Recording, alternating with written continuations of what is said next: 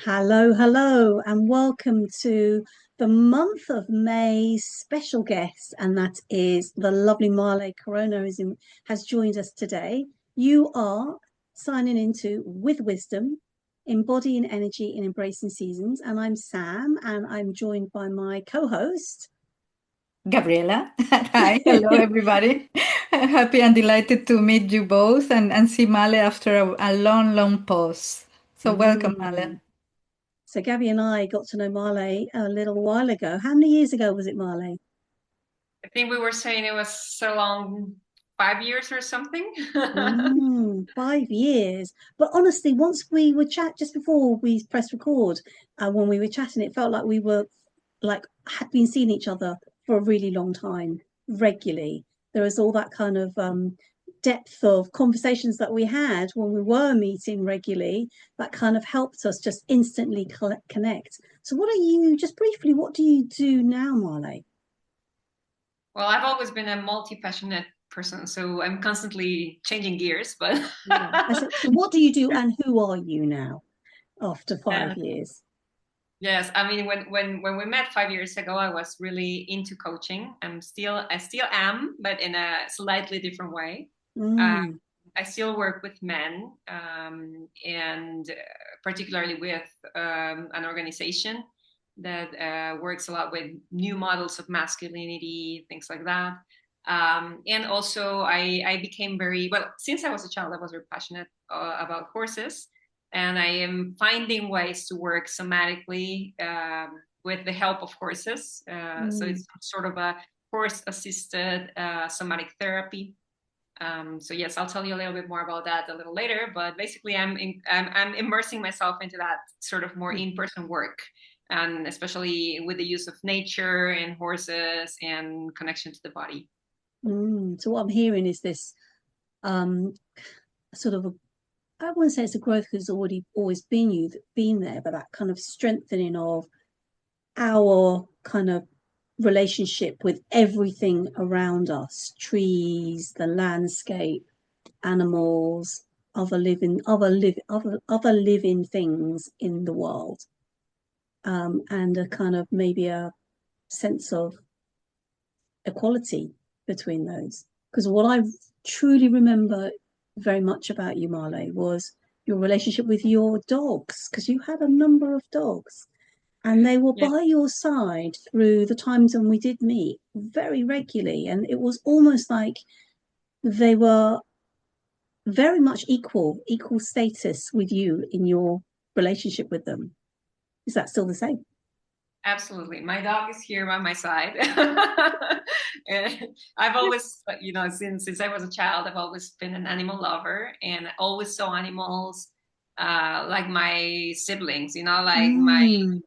just like my pals, my friends. And that was something interesting because at my home, animals were seen as something inferior than human beings. And I think I helped my family really break through that belief because now they're like, and like dog lovers in particular, very dog lovers. They have like their dogs sleeping in their beds, like treating them like little children. But that was impossible when I was a kid. They didn't even let me have an animal inside the home because it was like, oh, Wow. they're dirty, they are not supposed to be here, they are not at the same level of humans. But I'm glad that that has changed for them. Yeah, before we continue, first of all, I think your dog should have got the somatic coaching certificate also because he trained with us all the He definitely trained with us. Yeah, he it trained with, was and I have to say, Gabby, he not only trained with us, but at 3 a.m. in the morning, because yeah. the Yes. time zone difference, he also did the effort, so he deserves it. You're right. Yeah, he deserves that. And besides that, listening to you and coming back because I mean the audience doesn't know you, and one piece besides the beautiful company of your dog and the way you relate to them, what struck me from your work when we met was this capacity. As me, I embody for many years this men energy, in my case as engineer and all this stuff, but I found very beautifully that your transition or your yeah, work with yourself when you were discovering yourself in other under other lights, and getting to know more your feminine energy was not in a path of denying the men energy, and you became I see you with the work with the animals, or what you said with your family, like breaking all these paradigms. It's like you are like a attunement powerhouse that helps people connect with the most wonderful things within them, not in binaries, but in this. And we were commenting about your heart here in Male Corona. It's a noun of the heart and dissolving all the binaries. And I see you like that in this work with men. That it's from someone that knows that energy, which is not in the gender biologically a man, but knows the energy and that also knows the other side. At least is how I I perceive you. So if you want to share something about that, I would be very happy that our audience get to know more about you. Thank you so much, Gabby. That really resonates. I am an Aquarius, and I think my energy has, like a lot of it's this energy that is challenging the status quo. Ever since I was a little kid and coming from a very traditional family here in Mexico, where like here in Mexico is very common, like and still to these days, maybe a little less in intensity, but to have like men being dominant in the home, like they're like the leaders, they make the decisions, they make the money, and then women are very much in the down, like we have like the one up and the one down places, like so men are in the one up and then women are in the one down, and they are like submissive and don't have a voice, don't have a choice, and I come from that family, where I saw that my father was up, my mom was down, and since very early I made the choice of I'm not going to be a woman, because being a woman is not fun. And I became a very masculine person, even though I'm in the body of a woman, I was a very masculine oriented type of person. And I wanted to be like my father, and I want to make the money and I want to work and I want to this and that.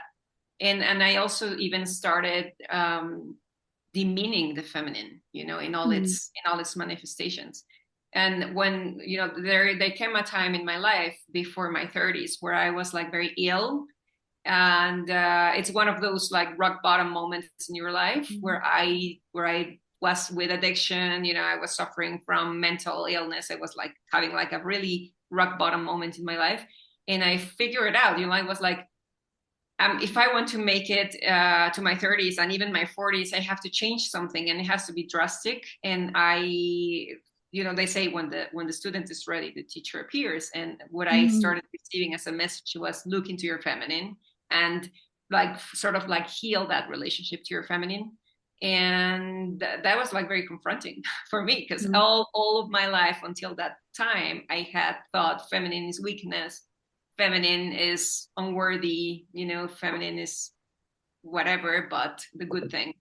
And the moment I started looking into that, my life started to make so much sense and things started to realign. And then I could get rid of my addiction, get rid of my mental illness, get rid of the things that were really sending me to the bottom. So I think for me that was a huge realization of, like there are so many people helping the like the feminine in general, like working towards protecting the feminine and like bringing the feminine back to life. And I'm not only talking about women, but like the feminine as a principle.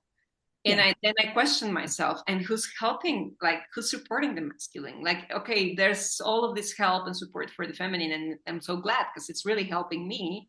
But who's supporting the masculine? Because we are interrelated, we need each other.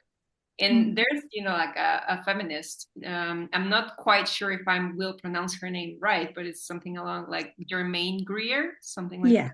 Yeah. And there's a quote by her that really touched the depths of my heart. And she said, "The opposite of patriarchy is not matriarchy; it's fraternity." And just like you say, Gabby, I'm all about like integrating. It's not about this or that. It's like we all are, like we all deserve this equality, these same benefits and privileges and love. And So for me, you know, I always seeing my parents' dysfunctional relationship was like, there was something in my heart that told me there has to be a different way. There has to be a way in which men and women they can come down, she can come up, they can be equals, and they can both really enjoy the joys of life, you know? Mm. And that's something that I'm still discovering my own path. I love astrology. And one of my missions in this life is to decipher relationships. It's actually my main mission. They say it's like the path of your soul. So I am going from individualism to interrelatedness, and I have So you also have the North Node in Libra. not in Libra, but like I'm moving from house 1 to house 7. So it's yeah, but it is so similar to mine because I have the North Node. My North Node is in Libra and it's coming from Aries to Libra. I'm moving from Scorpio to Taurus. It's just different signs, but it's yeah, definitely from house 1 to house 7. So yeah, sorry to interrupt you, but I found it fascinating. Yeah. So you've got this sort of absolutely kind of deep-rooted learning around astrology that's kind of really guiding you, maybe because the question I was going to ask you is what wisdom do you draw on for your, not just for your work but for your life, and it sounds like astrology is key there. What other things do you draw on in the way that you live your life? I think astrology is relevant, but it became relevant only until recently, so to speak. It's something I really feel that life sends me what I need. I'm not necessarily searching for things. But in 2021, I made a trip. I was working with men very, very intensively. And I had a mentor who is an author of over 16 books about masculinity and men's movement and all of that. And I went to California to meet him. Yeah. And it turns out that his wife is an astrologist.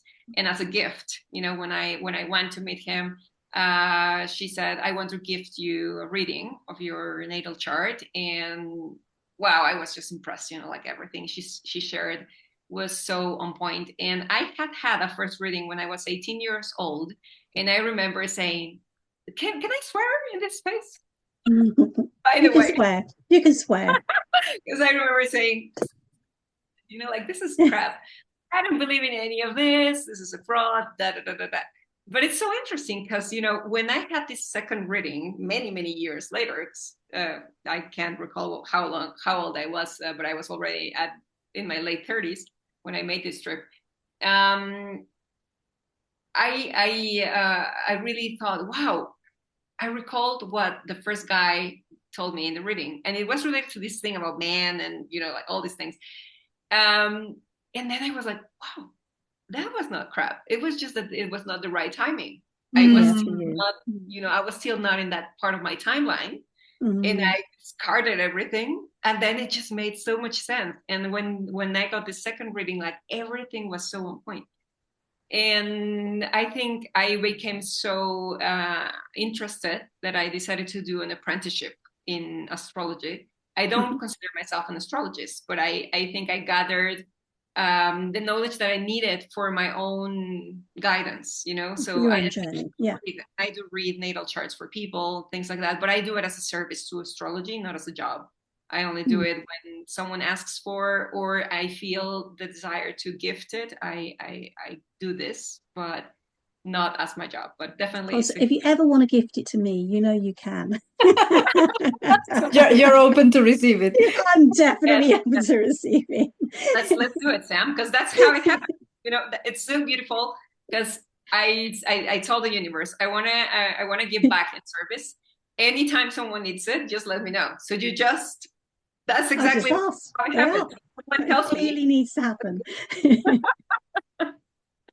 Now, you've mentioned men a couple of times. I know now that may not feature as much in your work, but when you were working with men in terms of supporting them with thinking about the way that they show up in the world and how they show up in maybe their relationships, what kinds of things did you do? And did you come up against any resistance as a woman in this world as well? Absolutely not from my clients, because, I think you attract people who are ready to Yeah. receive what you're offering. But definitely when I told other people, like, it's usual question, what do you do for a living, right? And I remember that I tried to explain to others, well, I'm coaching men because of this and that, and I want to support the masculine. And I did get a lot of resistance, like, how can a woman coach a man? Even from people who were doing men's work. Yeah. Now men are meant to learn from men. This is not possible. It's not going to be in service. You're going to just make them more feminine. Yes, I did get a lot of that. And you pushed back and just stayed firm. I think that has to do also with my Aquarian energy, very rebellious, always against the flow. So it's like, if I am set to do something, no one can stop me. I will, even if I make a mistake, I will learn from my mistake. But I need to learn from my mistake. I don't really like people telling me what's okay or not okay for me to do. I can see that kind of like sticking your heels in the ground. It's like, I suppose, when you're you can't drag a horse, that quote, you can't drag a horse to water. You can't, they're going to just go like this. So it's like, no, I am doing this and I'm going to stand firm here. You see that steely side of you coming through there, Marley. It's a good quality to have. So definitely in terms of, there's that masculine, as you've shared when Gabby asked you about that masculine and feminine energy that you're pulling on, you're drawing on for your work, your astrology in a way, kind of your journey. What else might you be drawing on? Absolutely. I think the connection to land is something, I mean, it's maybe not a specific thing that I will tell you I draw it from this culture or that culture, but I think I was born with these consciousness, like, for instance, like this part of the feminine and masculine polarities. Even if I didn't have words for that when I was a child, I knew about, like this integration, this fraternity, these, not this or that, but it's all, I call it wholeness now. I call it wholeness. And that's a very important a very important word for the work I do. I'm always talking about wholeness and coming into wholeness. That used to be the name of my men's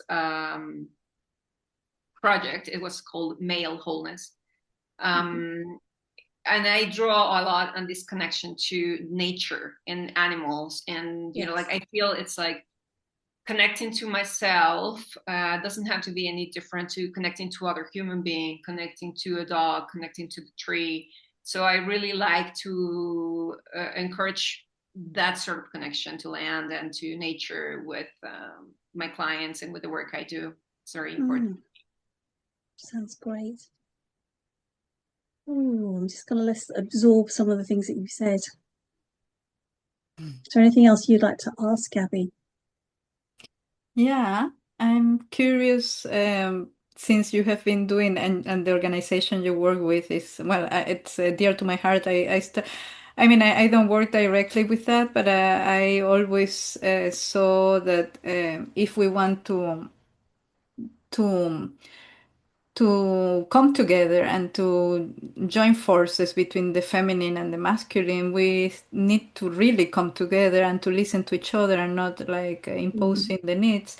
How do you, in the state of the world, that right now sometimes if you look into the news or the people that make the most of the noise, it seems we are quite polarized. But when we look into other in other places or other people, there's hope for me. How do you perceive it, or how do you come across in the work you do or in the environment you move through? And as you mentioned, in a country like Mexico, which this masculine, no, this strength. It's a paradox for me because I never been in Mexico, but I come from Venezuela, and I used to. So for me, it was quite a shock when I came to Europe because people say that yeah, Venezuelan men or Latin American men are quite macho, but I don't know if the mixture of the economical challenges that we have there and that the women are forced to go to work, no? In Venezuela it was more, I never felt, I mean, I saw that I never felt the macho thing, but then I recognized it from afar, no? With the idealization of the women bodies and the hypersexualization of a woman and the different ways we come through that. So yeah, I'm curious how it's for you right now in the state of the world, and how do you see the way through for us women and men? Mm. Mm. That's a great question, Gabi, because I really feel that this is something very fresh. It's really freshly forming for me. I have always felt, just like I mentioned earlier, like life is guiding me all the time. It's not me making decisions necessarily. And the fact that I'm working less with men, like because I was like very focused, like very like I just work with men, only men. I feel it's making space for now working with like couples or Mm, like even like relationships, even it can be like mm, families or even like mhm, any sort of relationship that you can think of, like working relationships.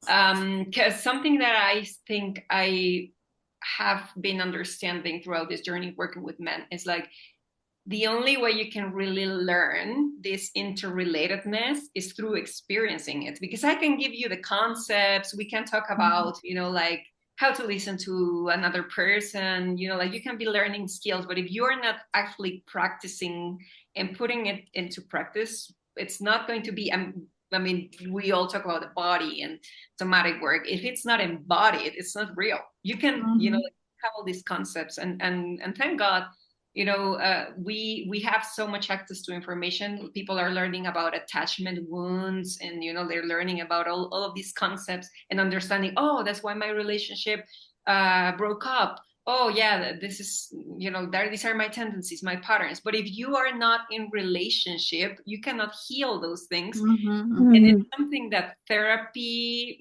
sometimes is creating even more individualism rather mhm, than relationality.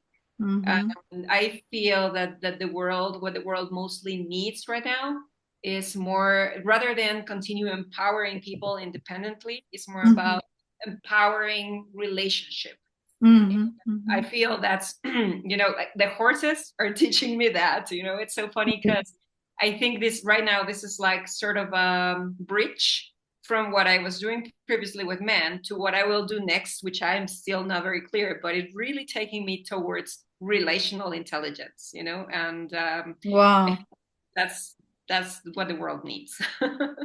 yeah, oh, I like it very much, yeah. Mm. I like that too. For me, that. Relational intelligence. Mm.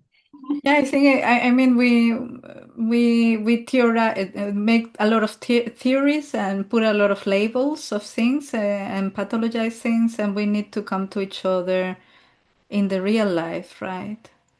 Yeah. For me, for example, I mean, I have been going through. I went through a divorce in the time we were when we were training. I was already separated, but we were living in the same house, which was quite a teaching. We have to be together 3 years on the same under the same Mm. roof, and then having a kid and all these things. So it has been quite a journey, the journey of separation and longing for a partner and healing all these wounds and coming out into the world and trying to find someone that yeah that wants to build something with me. It's always, I mean, it always feels quite vulnerable to open up, but I'm always in the reason I open again and try again. But I also feel, as you said, if I don't try and go into the relationship, I can have a lot of ideas in my mind or think I worked through many things because I did a lot of self-reflection. But if I don't live it, I cannot like really taste Mm. it and see it and enjoy it and also see, okay, where I'm still getting caught. Mm. Absolutely. Yeah. Yes.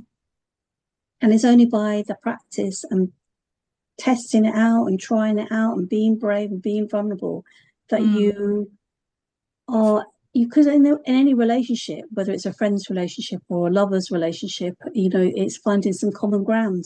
And I think, you talked about, it's finding some kind of common ground. It's not this or this, it's sort of here, it's in the middle. There's something there, that there's going to be a bit of give, and you will offer something and the other person will offer something. And together you make something beautiful. Yeah. Yeah. It's so interesting listening to you both talking as well about that, and listening to how you are now choosing to live your life.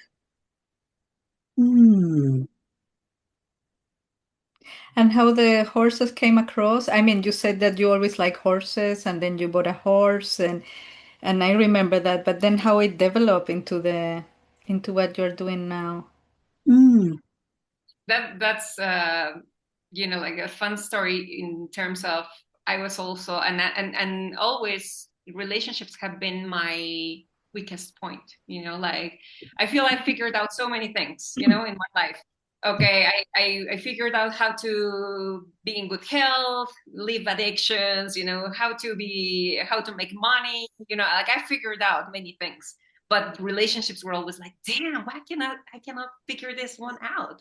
And it really makes me frustrated, because it not only depends on me, right? And that's something that I told my man, this is the challenge now, because I know how to figure things out on my own. If I want to start a business, if I want to whatever, but for a relationship, I can't do this alone, because it's about both. It's not about me, but what I want, what we want, how we're gonna get there, all of those things.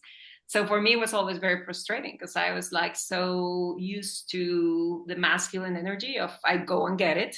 But this is not it. Going to it. It's the feminine energy, And when I bought a horse, I've always loved horses, and I always said since I was a kid, I will have a horse one day. That's my dream.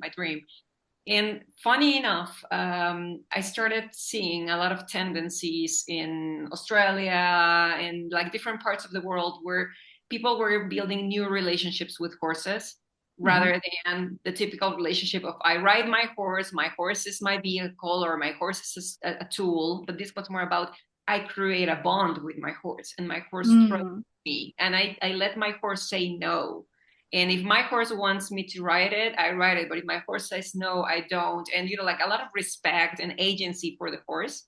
And I was drawn to that, because I'm all about like all of these pioneering things that bring more harmony to the world. I'm all in. So I was like, wow, that sounds so amazing. Like, like how can you have such a bond with an animal that you can even listen to what they say, what they want, and you can partner with them. And I said, like when the right time comes, I'll have a horse to experience that. And when I bought my horse, I said, you're going to teach me relationships, because I haven't learned this with people. You have to teach me. And damn has my horse taught me. It has been such a difficult journey with my horse. We've been together for a little over 2 years now. And I have to say, my Disney movie, that I had, like, I'm going to have my horse. We're going to be so in love with each other.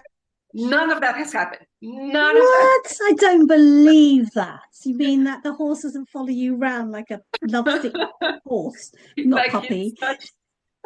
He's such a hard teacher, I have to say. And it's funny because these things we were just talking about, like you have to learn it in the practice, not in the concept. And like for instance, I have a lot of people pleasing tendencies, and horses have a magnificent way to be your mirrors, because horses will always, they cannot lie. If a horse likes something, they're gonna let you know. If they don't like it, they're gonna let you know. There's no way a horse is going to people please you. Well, yeah, please you. So, like when I try to communicate with my horse from my people pleasing energy, like sort of like I'm shrinking myself. I'm, like I'm sort of like, like trying to more be subservient. Yeah. My horse is gonna just be mad at me. He's gonna be like projecting, like, Like, that's a yucky energy. I want you, the real you. And it has been such a long work. I mean, I'm talking about over 2 years now. And only now, and not every day, on good days, I'm able to ask for something, and my horse will gladly say, okay. That really came from coherent energy. Wow. Love that. Oh my God, I love it. Wow. Funny. No, it's amazing. It's They I really never find you. I never thought about it in that way. I mean, I heard a lot about echinotherapy, but not like how to train or to learn about your way of relationality through having a bond with a horse. Wow.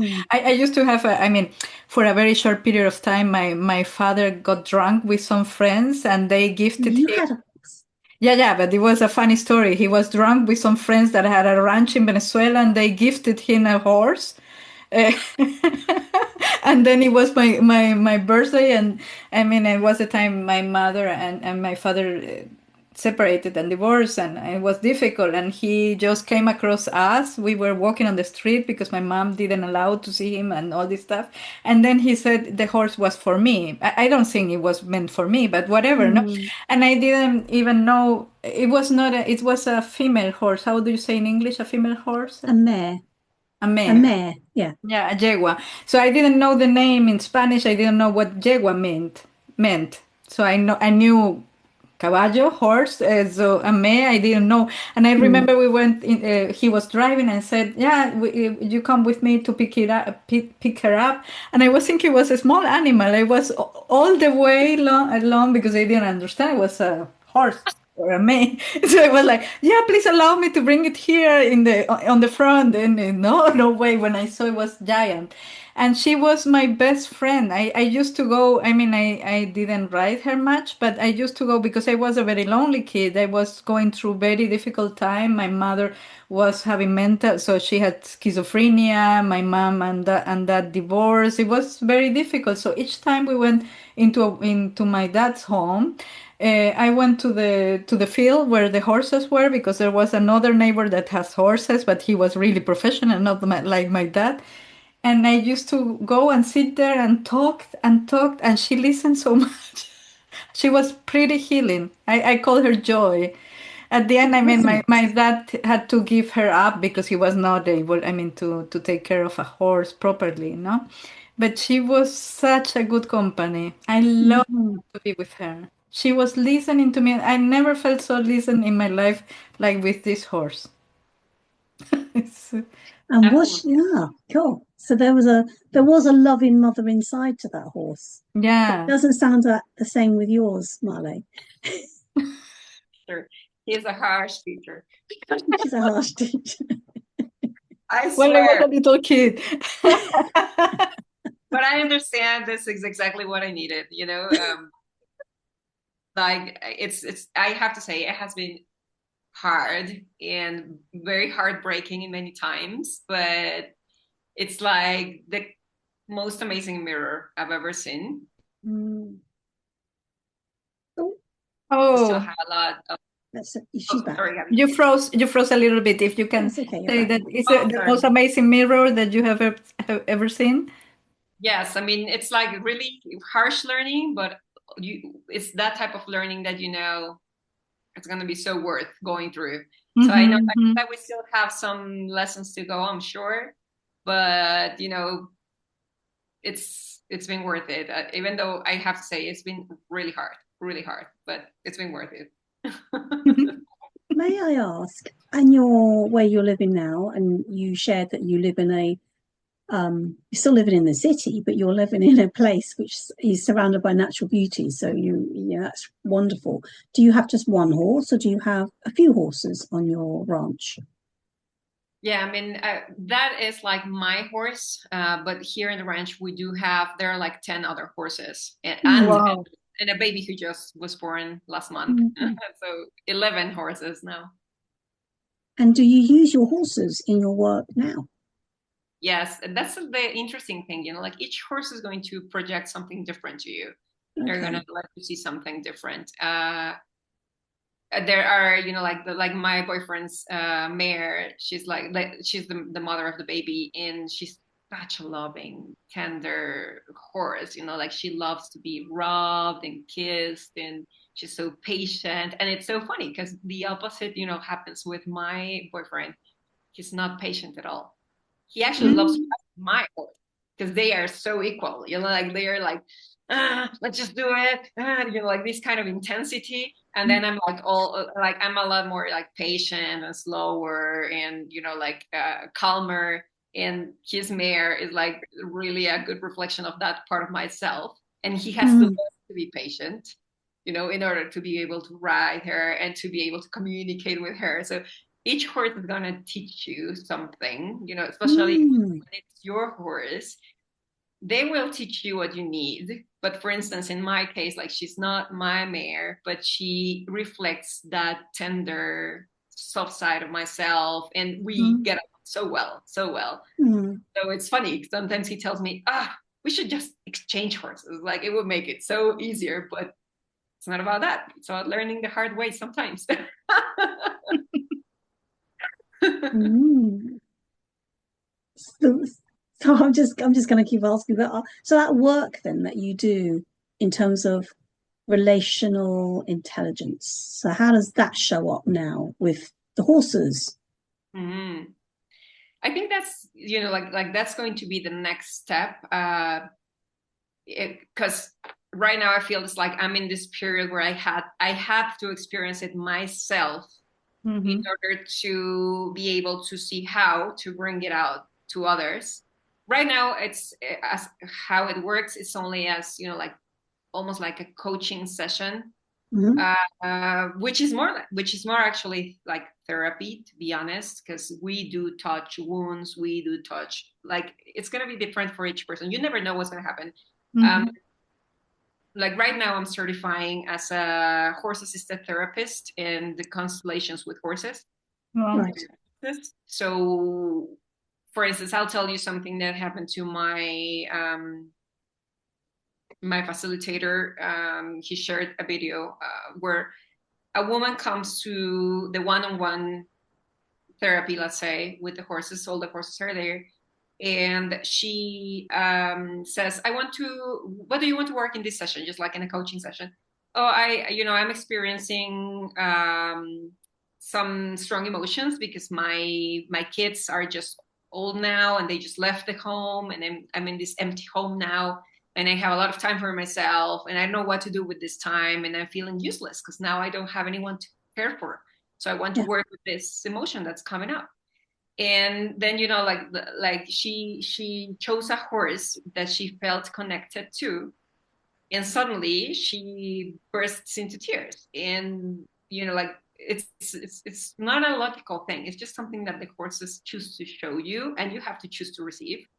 And then Mm. she realized that she didn't come to work with the empty nest syndrome that she was experiencing. She actually came to heal something that she thought she was over and she had not really healed, and it was mm. the loss of her father. So the horse reminded her of her father, and then suddenly the horse drops to the floor, and she recognizes that her father died from a heart attack in her Mm. home, and it was fulminating. Like he just fell and he passed away, and she didn't have a chance to even react or say goodbye or anything. And then the horse sort of repeats that for her. Like the horse didn't die, of course, but the horse dropped to the floor. She comes into tears like, wow, I'm just like reliving this episode. And through the facilitator, something I love about this work, it's very similar to coaching in the sense that we always follow the client and it's the Mm-hmm. Yes. client's agency to choose what to do. And the facilitator asks, well, what do you want to do? And she says, I want to say goodbye to my father. And I will say goodbye to this horse, knowing that it's symbolizing my father. And the facilitator just let her do it. And then that was so relieving for her. But it's something interesting. You never know. It's just like me when I bought my horse. I thought, oh, I'm going to just learn relationships with my horse. It's going to be a Disney movie. And my horse has been showing me some of the strongest childhood wounds that I'm carrying with me. So I have cried, screamed, hated him, like all these things that I had hidden in me have come through the mirror of my Horus. And it's so amazing. Like, you never know these things are there or that they are going to come up. But if you are open to letting them show you and to go through them, you're going to go through them. So it's really interesting. You've got to have a deep capacity to love as well, though. So there's all those strong emotions, and your horse also is dependent on you for food, for water, for warmth. So with all of that, there is also that you bring to that relationship. So it's showing you an awful lot, but you're also giving an awful lot, even with the struggles it might be showing you. I don't know, something there. Absolutely. I think that's a very key point, Sam, because I think that happens in relationships, and particularly romantic relationships. They are the biggest mirror we can have. And if you choose to see that mirror as your enemy, then you got it all wrong. It's just like my horse, My horse is not my enemy, even though he keeps teaching me the hard way. Yeah, he's actually there to be the mirror of these very, very strong, wounded parts in me. But it's not that he's trying to harm him. He's actually trying to help me heal. And I think this happens a lot in relationships, especially romantic relationships, where we start feeling attacked and we start feeling very defensive with the other person. But actually, this person came into our life to show us something in us that needs to be attended to. And if we learn, and it's hard because we tend to forget this very easily, but if we learn to bring this again and again to consciousness, like this person is not my enemy, this person is showing me the parts of me that are still wounded, and if we get to look inside and work with that, then we can come back into the relationship with a different light and with a different energy. So I see how it's very parallel. I told my boyfriend this recently. The process that I've been living with my horse is very parallel with the process that I'm living in this relationship with him. And I really appreciate that, because my horse is one step ahead, because I've been with my horse for a little over 2 years now, and I've been with my boyfriend for a little over 1 year now. So it's like my horse is one step ahead, but I asked my horse to be my teacher of relationships, right? I asked him, since I got him, that was the intention. He's doing that. He's one step ahead so that I can actually, sort of like it be more prepared for this other thing that's my relationship with a human being. And, these things are, they just blow my mind, like how life really has this way to teach us through the very everyday things. I mean, maybe a horse is not an everyday thing for everyone. It is for me because I live in the ranch, because I have daily contact with horses.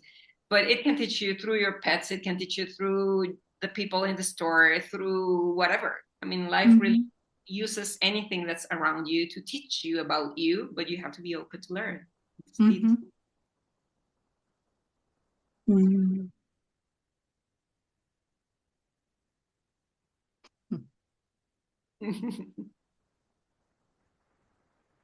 Are you still reflecting, Sam? Yeah, I like it. I mean, I live my life nowadays like that. Every situation is an opportunity to train, right? And to learn. I had to learn it also the hard way when my life was kind of a big chaos, and I was asking myself, where was I? I was not present in my life because I didn't learn to be present in my life. But now that I'm like learning more and more to be present and to be with whatever is happening, I see what you say. Each situation is a moment of teaching. No, so the relationships, but also the way you treat even I mean, even I think the way you treat the AI and the artificial intelligence. No, I know Sam has a different view from me, but I take it also as a way to see how I treat otherness. No, because it's an object, it's an other, and it's something that is supposedly there to service, and it will never complain because it's always there to tell you, no, what do you need, and I need to give you more, and this and that. No, and I also observe myself how I behave with that if um I reflecting the values I want to embody it in my life in all the places in the AI but also in the supermarket or whatever, no? Yeah. So it's and that comes to in the way we have with the questions or the conversations we have here. For me, there's this acknowledgement that we source and nourish ourselves of wisdom, whatever we understand by wisdom, like you were mentioning, by the relationship with land, the equalizing or harmonizing power of the polarities and the energies, the learning to listen and all these things you get nourished by astrology and the stars, but also very very grounded. And then there's also the outlook thinking that we are living in this world not only for ourselves, but we are connected to others and we are leaving something behind us, no? So not only, I mean, in the sense, not everybody will live like something in a museum or a big book or whatever, but we each of us we are contributing into whatever future it's been built, and we have a responsibility. And then the question is, how is the way you live in the moment at the moment right now, um, contributing to that legacy, and how is the legacy? How what is legacy for you? Yeah, I sometimes I have the sense that, like sometimes I really feel like, oh my God, like I wish I could write a book about these things, or like do something with all these things I've been learning throughout my life because they've been so useful for me, and I wish I could share it more, share it more. And I mean, in places like this, and with friends, with family, with clients, you get to share things, but sometimes I can tend to think it's not enough, right? Like, oh, I wish I could. It could be something bigger, more impactful, more this or that, but I feel that we have to learn to trust that, like sometimes just by being us and by really being more and more and more of us, of who we are, we Mm-hmm. have to trust that that legacy, even if we don't know how, it's going to be left, because if I guess that's at least in my view of why we're here. That's what we came to. Like we came to really be us, as much of us as we can be, and we are already perfectly designed. So the more us we can be, the more perfect we're being. Mm-hmm. And then the legacy takes care of itself, hopefully. Mm-hmm. Yeah. And if you get a notch from the universe, life, God, whatever you call it, like, oh, you had to write this book or you have to give this conference or whatever, then that's part of the plan. But you will know because you're so attuned to yourself and to your real, Mm-hmm. that's going to come. But I don't know, maybe I think the more I've let go of like this individualized view of life, like the more Mm-hmm. I let go of that and the more I've allowed myself to feel interrelated, uh, Mm, the more that need to make something big or impactful has, like sort of like lessened, like disappeared. Mm-hmm. The more I trust that just by being who I am, um, I can give enough. And I feel that just we were saying this, you have everyday opportunities to leave a legacy. Sometimes, Mm-hmm. like you are with a taxi driver and he opens his heart and tells you, oh, I'm struggling with my wife, da, da, da. And maybe you Mm-hmm. share a little insight that changes a lot for them. But you have to yeah. be present. And you said this, Gabby, and I love that. You have to be present in your life to Mm-hmm. Yes. notice those little opportunities to leave a legacy. And maybe Mm-hmm. you're living a legacy every day or almost every day in little ways, and then they add up and they end up being a big way. We never know. But Mm. trust that the more you can be true to who you are, the more that legacy might take care of itself. Maybe it's an inquiry. I still need to figure it out. Mm. Mm-hmm. No, I think I'm with you on that one. It's like every interaction that we make in the world, yeah, there will be a kind of, it's like a ripple effect. There'll be so the taxi driver that you'll give time because you're present with them and you're open with them. That will in somehow maybe resolve that situation or help them see that relationship in a different way. And if in that positivity piece, so looking for positivity. Yeah. That piece I think is I think I read some again recently. It was around disassociation, but in a kind of positive way. So you're disassociating with the negative thing, and then you're looking for positive, and that can then help you resolve the negativity as well. Because you kind of sometimes you can, if you're in that pessimistic frame of mind, then everything's going to look even grayer, than it was. Whereas if you can somehow take yourself out and fill your cup with small things, then that might help you manage some of that challenge in your life. I don't know whether that makes sense to you, but it makes sense to me. Yes. Yeah, absolutely, Sam. And you made me think of, like for instance, sometimes just filling up your cup, just like you say, like for instance, like in my case, that I always loved animals since I was a little kid, and in my family, that view was different. They thought, oh, animals are just animals, and they are inferior to humans, and they are not allowed to come into the house, and they are not allowed to whatever. But just by being me and filling up my cup with my own desire to really experience a different relationship with animals, I was able to inspire my family. I never had to tell them. It just happened organically. And now they love animals. And it's like sometimes I remember, like also when I started like taking more care of my health, and I was like eating cleaner and, like all these natural things, and really taking care of what my body really wanted. And I wanted my mom to do the same. And I started like preaching to her why she should do that and stop eating sugar and until I figure it out. Like the more I tell her, the less she's the gonna more she's gonna resist. Yeah.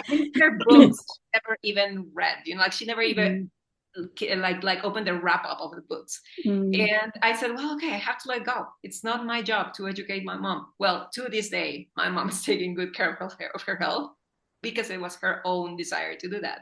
But in a way, I think you have to trust that also when you're filling up your cup, when you're following your pleasure, when you're really living the life you want, someone's going to get inspired, and you never know. You will not even know that made that particular change because you inspired them. But it's not your job to know. It's just your job to really be you and to live your life with integrity and aliveness and presence, and the rest will take care of itself, hopefully. Hopefully. I think, yeah, because when you look your own life, you have always proof that it always have been taken care of itself. It's just that sometimes it's not in the way our mind expected it. Yeah. So, yeah. I'm going to just kind of share something that's been like in this room for me for the last nearly an hour. And that's, I don't know why, but today, actually I know why for you, Marley, but both of you have got a very different colour around you. So Gabby, you're very red today. I don't know why. Maybe because I've seen some photographs of you recently, but red is really your colour today. And Marley is blue. And I don't know whether you remember, Gabby, but Marley used to live in a place where you had a blue wall. Yeah. Yeah, beautiful blue wall. Blue, Yeah. it kind of like, it was like a kind of royal blue or like a bright blue. And I still see that blue behind your head. And both of you have got those two colours. And they're, for me, like, I kind of like the sort of the red and the blue, it's the red and the blue pill, but kind of together there's a really niceness. But there's something about me. I want to pull a card for you two. Yes. And it's because I know that you both live kind of like in in kind of in with nature in some ways. There's like a natural force between both of you, and it's a sensory oracle card. Can I just pull a card for you both? Yeah. I don't know loads about this, but I just feel this is the deck for you two today. We are both Aquarius. Oh, maybe. So Yeah. I'm just going to cut the deck. Okay, I'm going to cut the deck. I'll cut it 3 times, and we'll take one for Gabby and one for Marley. Right, this one's for you, Marley. Sensory and one for you, yeah? oracle. Yeah, maybe. It's connect to the energy and the healing of the plants. Oh, conflict. Okay, and it says the word with the horse. The opium poppy. The opium poppy, and I'm going to read a little bit about just a little tiny bit, and I'll send it to you. So I quite like that because your horse is like,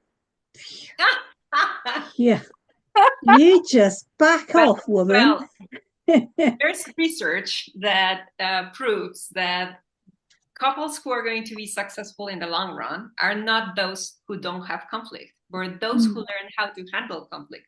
So conflict is essential.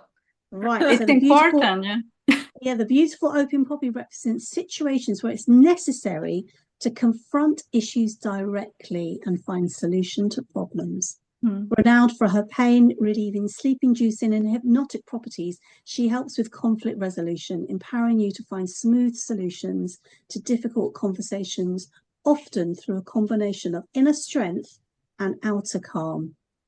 And the affirmation, I'll send you all the rest of it. I face conflict with courage and clarity, transforming challenges into opportunities for growth and deeper connections. Absolutely the phase I'm in. Learning how to not be afraid of conflict and actually be skillful in dealing with conflict from a place of love, but also inner strength. That's a very important. Now, poppies are usually red. So that could have been Gabby's card, but that was for you, Marley. All right, this one's yours, Gabby. Let's just see. I'm going to cut the deck. I just really enjoy it. This is like, I feel like these cards were calling to me from across my shoulder. Playful. I like that one. Daisy. Let's see what Daisy says, and I'll send you the little picture as well. Daisy and playful. Yeah, last week already I told you that I was invited to be playful in my internal martial arts. This Daisy is all about childhood innocence, sincerity, imagination, enduring trust, simplicity, and a profound, so I can't speak today, profound connection to playfulness. The word daisy transmutes to fairy in predictive text, and the fairy people are indeed very present in this card. She is a harbinger of joy and will help you develop the art of bouncing back from life's challenges with your optimism fully intact. Strange that your horse was called Joy. Yeah. You see. And your affirmation is, I foster resilience through inviting joy and a sense of play into my life. They are, ladies. Totally on point, because that was the theme of last week. Yeah. And it's what you were talking about, Sam, as well. Pardon? You were talking about that just a moment ago, like this thing of creating the resilience from being with the pleasure and then being able to be more with the pain. Absolutely. Sam, get a card for you too. Yeah. I'm gonna pick something like belladonna. The poison plant. The little thing. Let's see, what am I gonna pick? I really like these cards. They just sometimes are just I know it sounds mad, but they kind of call me from across the room, and they will say, pick me, and I'll pick a card. Honesty. Wow. Honesty. So let's see what actually, I do like honesty as a flower too. What does honesty say? Can I see honesty? Chat amongst yourself while I look for honesty. I can't find honesty. The flower. Oh, there it is. 73. And let's see. Elderflower or honesty signify. So elderflowers signify honesty, truthfulness, transparency, and accountability in all aspects of life. They physically clear a stuffy head with their medicinal actions, and they indicate a time for clarity and openness. Honesty entails not only being open in communications and interactions, but avoiding deception and any hidden agendas. I speak with honesty, clarity, and the intention to bring truth into light. That's a good place to stop, I think. Yeah, I like just to say that the three of them go quite well together, no? Because for dealing with conflicts, it's a good thing to have honesty, but also to come with a sense of playfulness. Yes. Like you were saying, the playfulness in the sense not to see the person or the situation in front of you as an enemy or the conflict to be solved, but a way to how to play with life and to say, okay, what is life calling me now with this situation? So I think we can say goodbye on this point and inviting the people listening to us to come with a little bit of more playfulness into conflicts, and but also being honest with oneself before of everything and to the other persons or situations. So do you want to say something, Sam, to say goodbye to? Only that, Marley, please share your, how people can get in contact with you. How might they work with you? Share that with us. Would you like to say goodbye? Yes, I am just very pleased to have been here. I really had a great time with you. I missed you both. And I can share it if you want to add it to the notes. I honestly am not a big fan of social media, but I do have a little Instagram account with the work I do in nature. It's in Spanish. But if people want to check it out, I'm really happy to have you there. Yeah. What is the name of is it an Instagram page or? Yes, it's an Instagram page. The project is called Sana Sana en la Montaña, which is like heal in the mountain. This is like a popular, I don't know how to call it. Like people here, I don't know how to call it, like a sort of an idiom or something. They say Sana Sana colita de rana, which is sana is heal, and rana is frog, and colita is the tail, which that frogs don't really have tails. It's sana sana colita de rana, si no sana hoy, sanará mañana. So if it doesn't heal today, it will heal tomorrow. So it's like a little chant, like little song, popular. Which is quite magical, because for my son, when he was a toddler, he totally healed just by me singing that. And when he saw someone else, another kid getting hurt, he just brought me and he put my hand, because you just like chanted and say sana sana colita de ranas, I love it. And he was totally believing that was the deal.